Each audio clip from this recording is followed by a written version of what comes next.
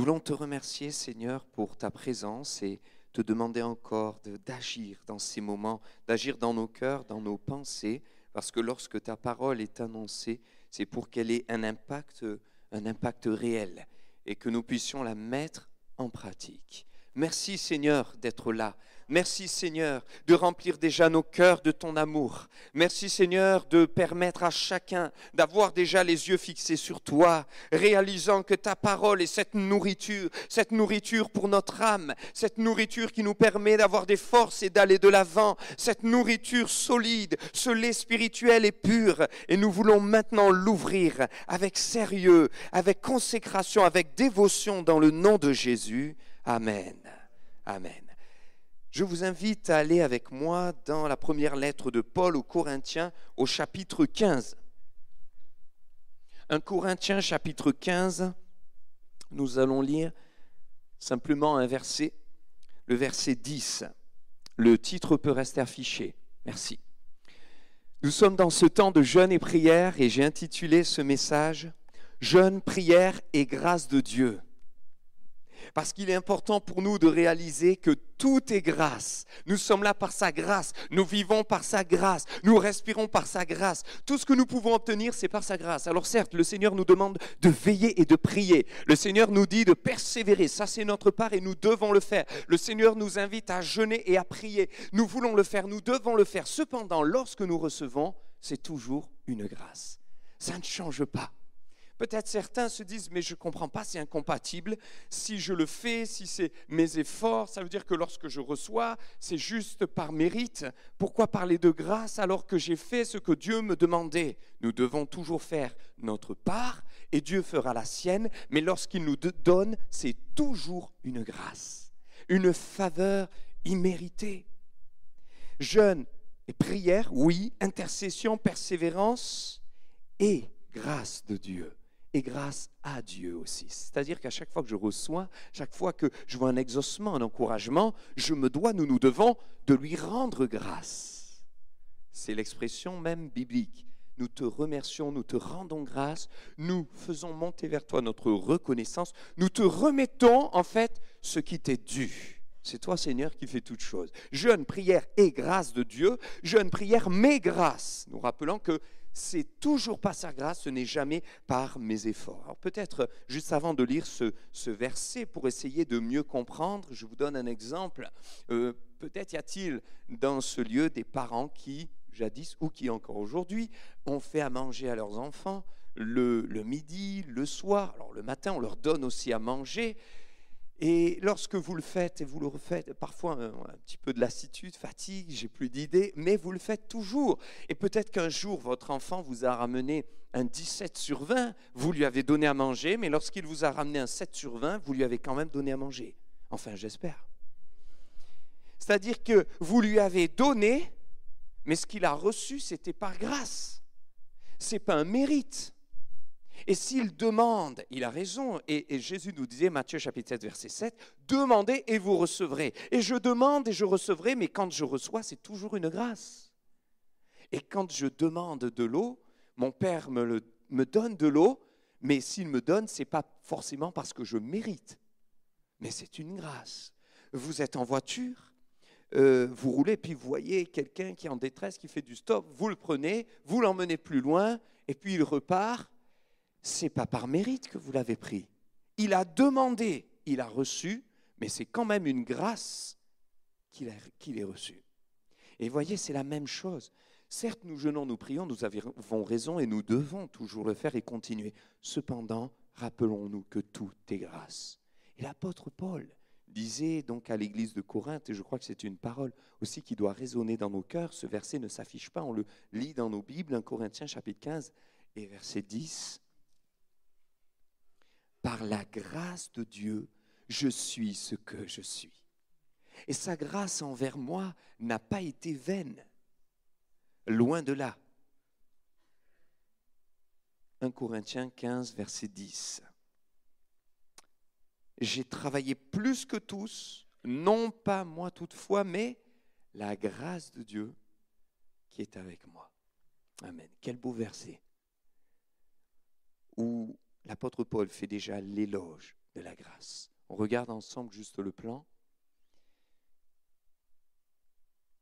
Premièrement, on va voir connaître la grâce de Dieu, l'importance de connaître la grâce de Dieu. Puis, communiquer la grâce de Dieu autour de nous et enfin, accepter la grâce de Dieu.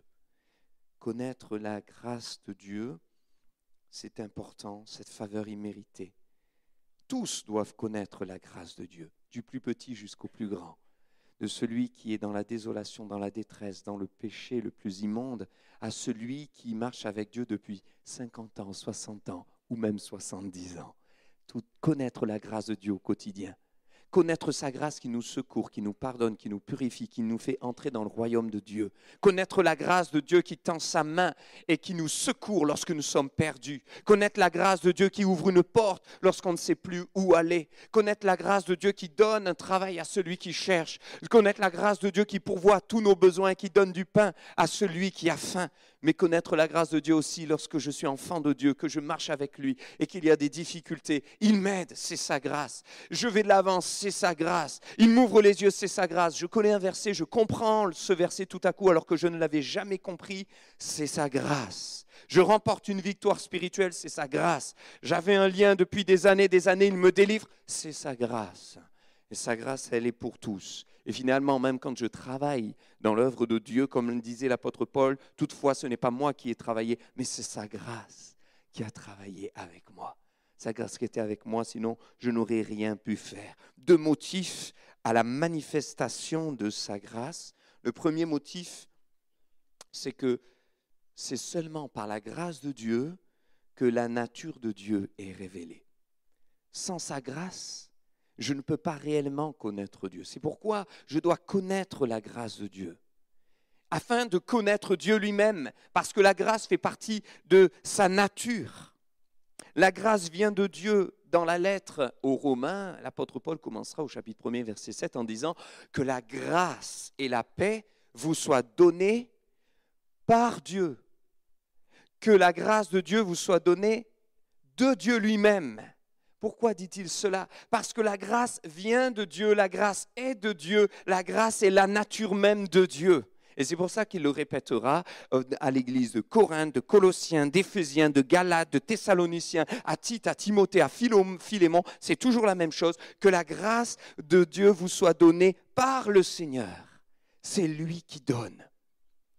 Cette grâce, nous devons la comprendre. Et l'humour de Dieu, c'est que dès le début, il a fait grâce. Certains disent, on est aujourd'hui sous la grâce, mais ça veut dire qu'avant, il n'y avait pas de grâce. Moi, je crois que même si nous étions sous la loi et que nous sommes maintenant sous la grâce, même sous la loi, il y avait la grâce de Dieu.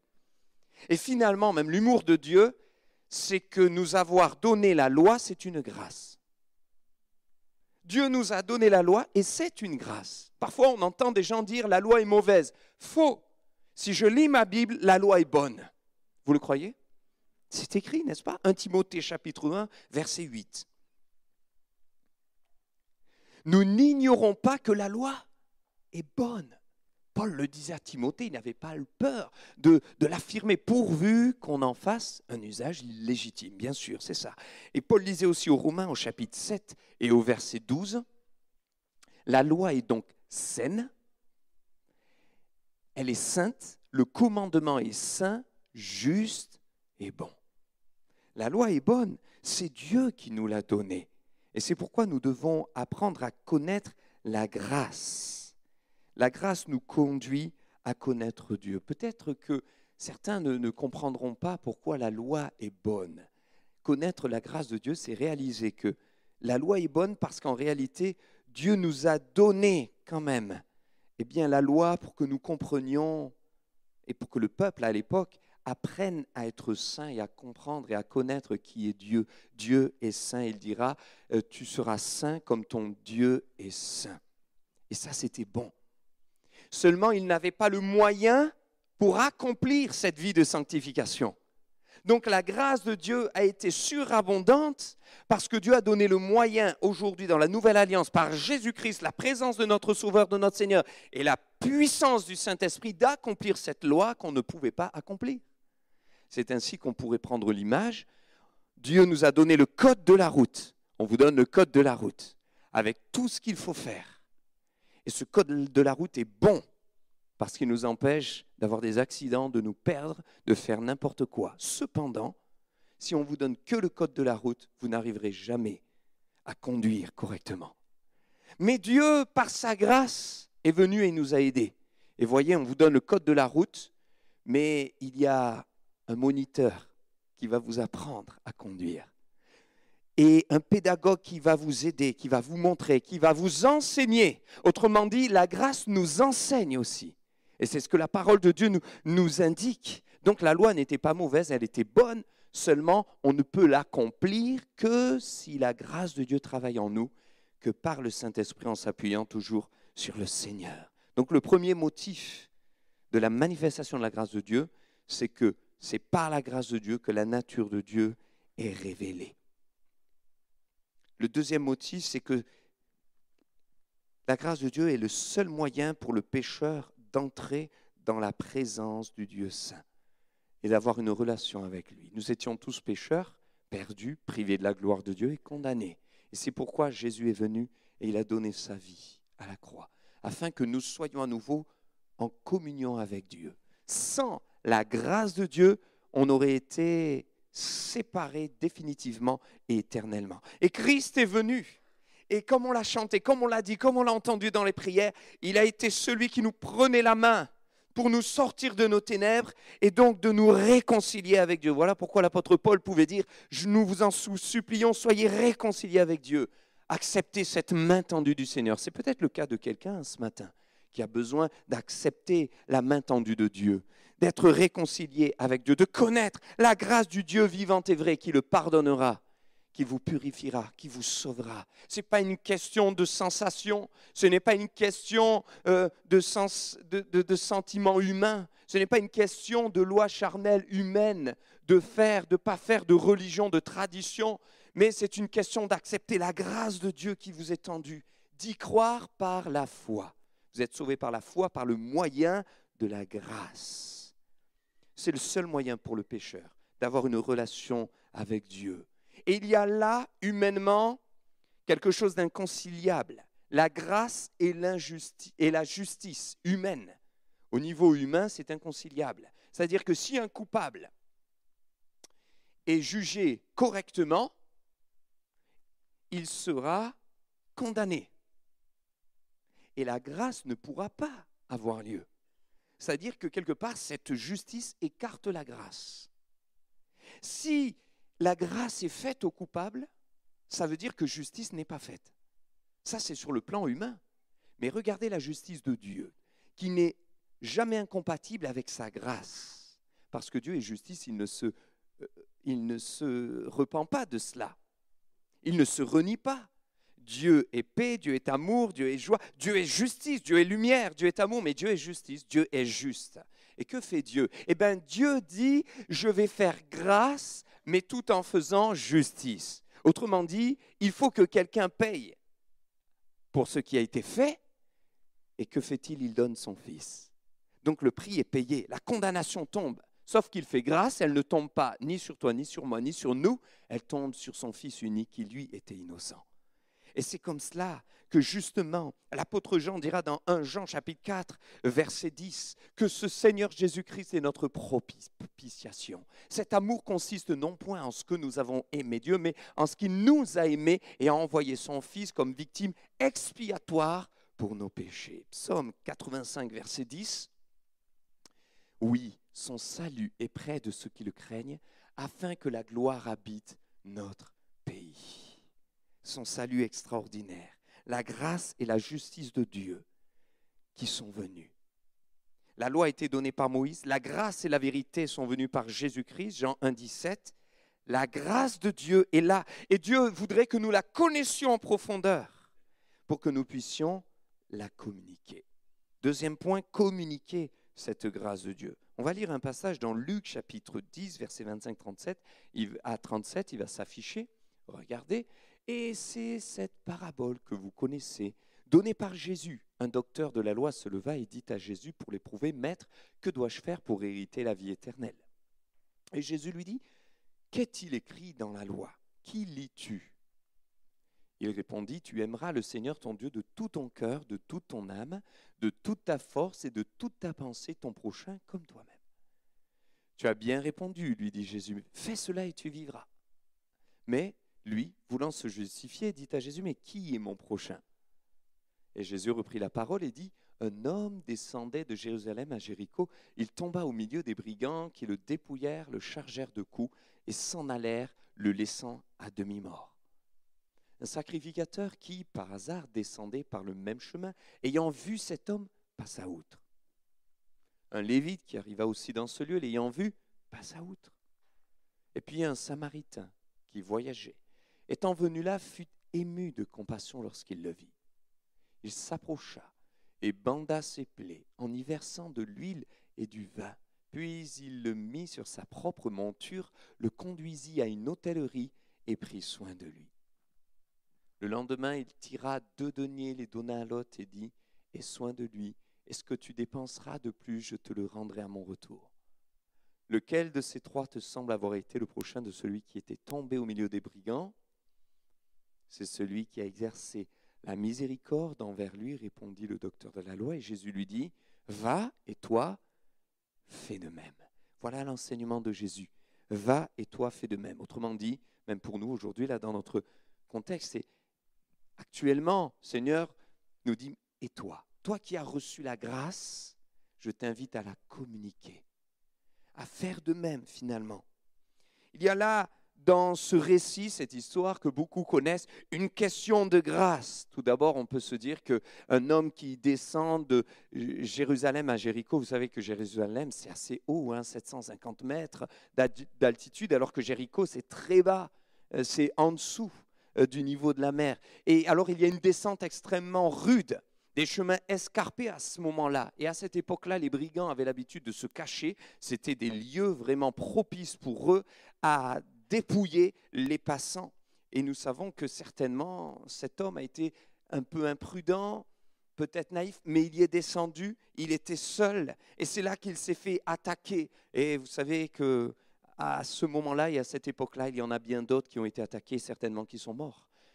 Dans des chemins escarpés comme cela, des brigands et sur la surface de la terre, les histoires ne manquent pas de meurtres, de tueries, de choses infâmes ou injustes qui se passent. Et quelque part, cet homme qui est là et qui va garder la vie parce qu'un Samaritain est passé, c'est aussi une histoire de grâce. Il y a eu la grâce de Dieu. Et on doit toujours se rappeler que lorsqu'on a été secouru au dernier moment, c'est toujours une histoire de grâce. Et l'enseignement est clair, c'est « va et toi, fais de même ». Va et toi, fais de même. Pourquoi on a besoin de sa grâce? Parce qu'on peut être justement nous aussi criblés, injustement criblés. Parce que nous sommes aussi en combat face au coup de l'ennemi qui nous oppresse, le diable qui rôde comme un lion cherchant qui dévorer. Et c'est là que nous avons besoin de toute sa grâce. Satan n'est pas un ennemi facile, ce n'est pas un ennemi gentil. On voit 3 points qui se dégagent de ce qui s'est passé rapidement. C'est que, tout d'abord, l'œuvre de l'ennemi, c'est de dépouiller. Ils l'ont dépouillé. Deuxièmement, ils l'ont roué de coups. C'est de frapper, de faire du mal, de détruire. Et troisièmement, ils l'ont laissé pour mort. Le but de l'ennemi, c'est de nous tuer, et même spirituellement. C'est de viser notre mort. On doit en être conscient. Voilà pourquoi on a besoin de la grâce de Dieu.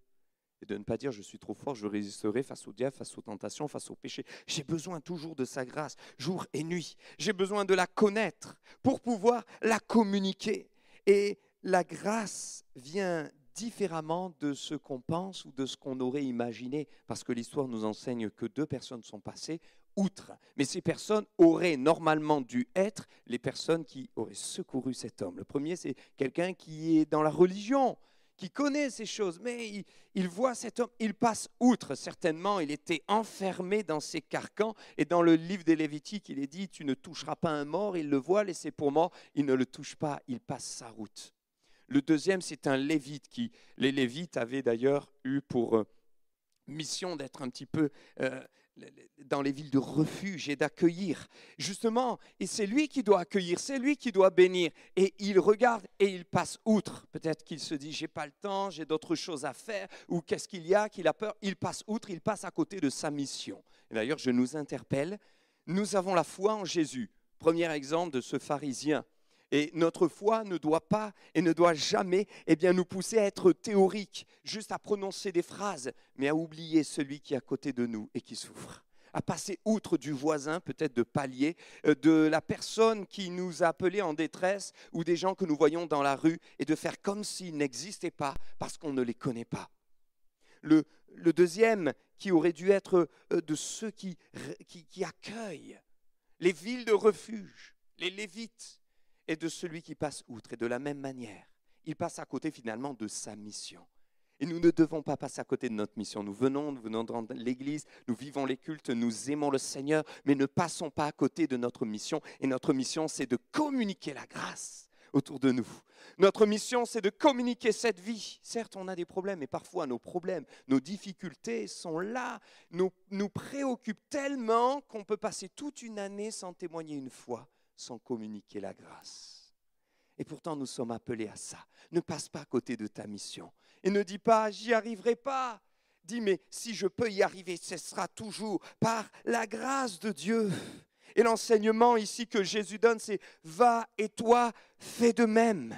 Et pourtant, cet homme qui s'est arrêté, c'est un Samaritain. Autrement dit, le Seigneur veut mettre l'accent sur le fait qu'il est tout sauf celui qui devait le faire à la base. Les Samaritains et les Juifs avaient une haine entre eux. Et il y a même une période où les Juifs n'avaient pas le droit de prononcer le mot Samaritain. Et finalement, c'est un Samaritain qui s'arrête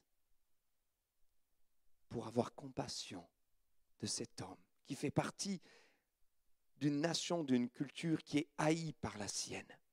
Quel amour! Il va au-delà des frontières de l'apparence, au-delà des frontières de tout ce qu'on peut voir, au-delà des frontières de la culture, au-delà des frontières de la nationalité. C'est son cœur qui parle, il est ému de compassion. N'est-ce pas le Seigneur Jésus, notre modèle qui était ému de compassion devant les foules, qui étaient là, qui le voyaient. Alors que fait cet étranger? Tout d'abord, il est sur sa mule. Vous le voyez parce qu'on ne s'en rend pas forcément compte, mais il nous est dit qu'il va le mettre sur sa monture. Ça veut dire qu'il est arrivé sur sa monture. Autrement dit, il est arrivé en haut et il est descendu en bas pour mettre celui qui était en bas plus haut.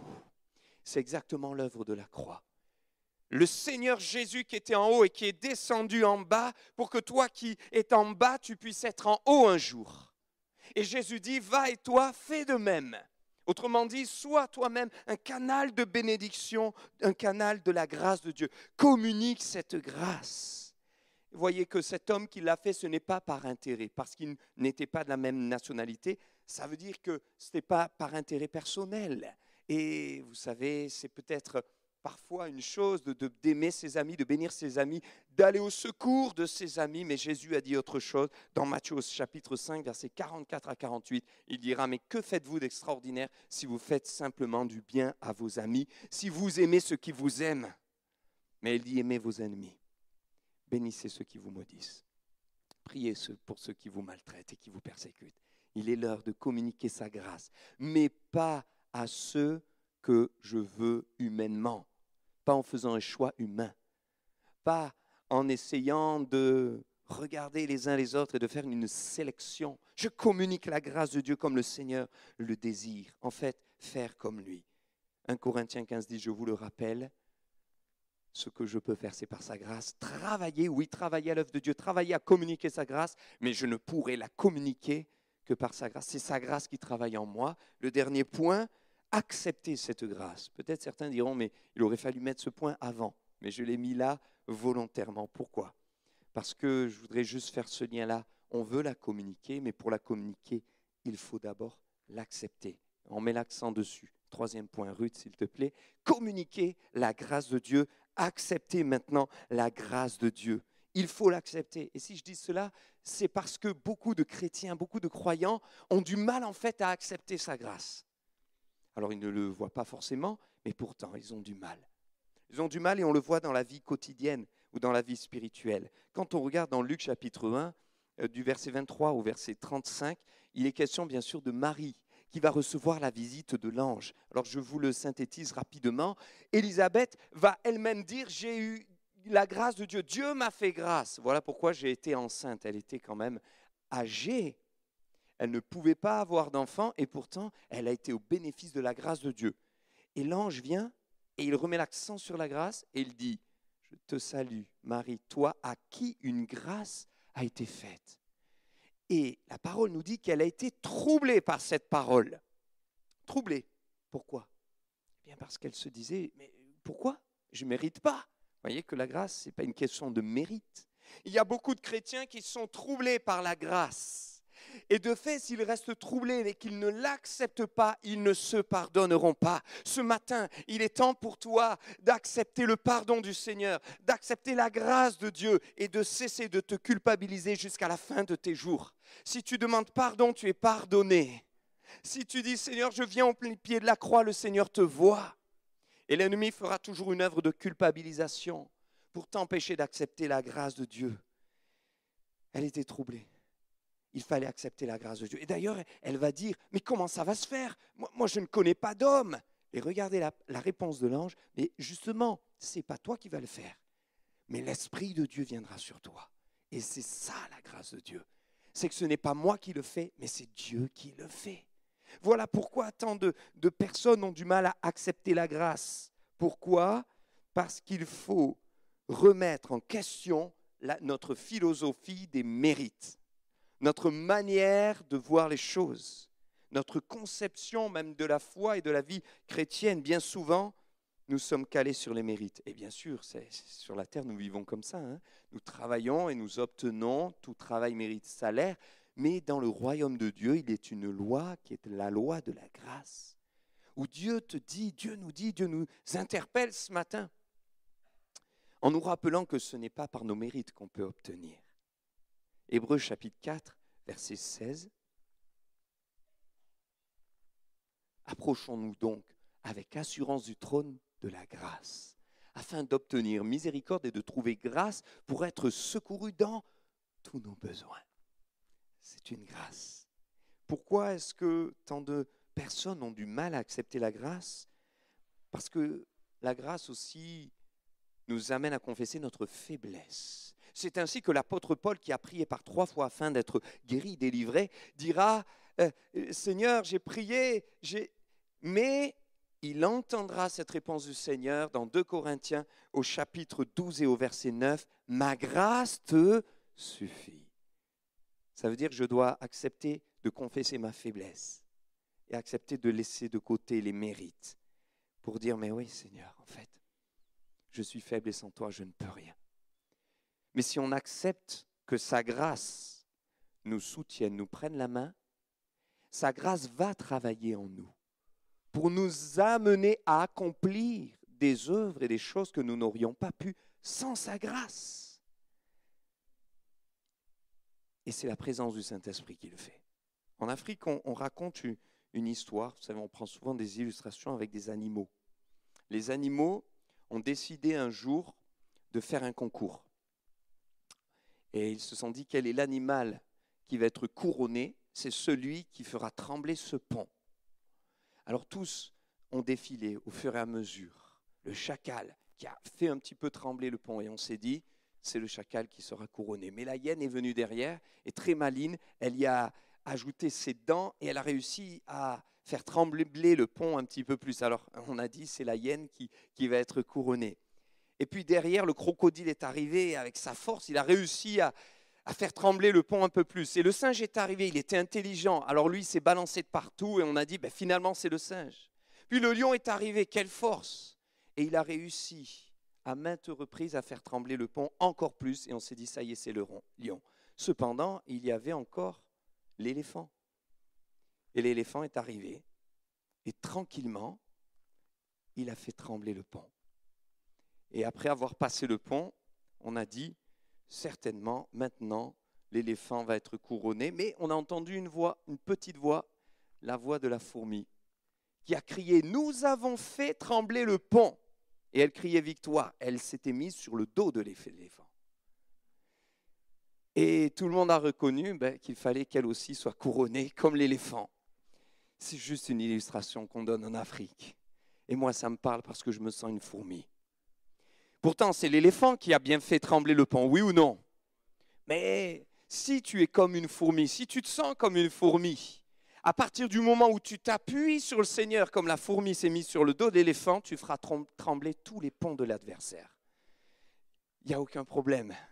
Alors tu diras, nous avons fait trembler le pont. En réalité, c'est le Seigneur qui l'a fait. C'est sa grâce qui a travaillé en toi. Mes frères et sœurs, on va prier ensemble. Et je nous invite à vivre la grâce de Dieu, à la communiquer, mais à l'accepter.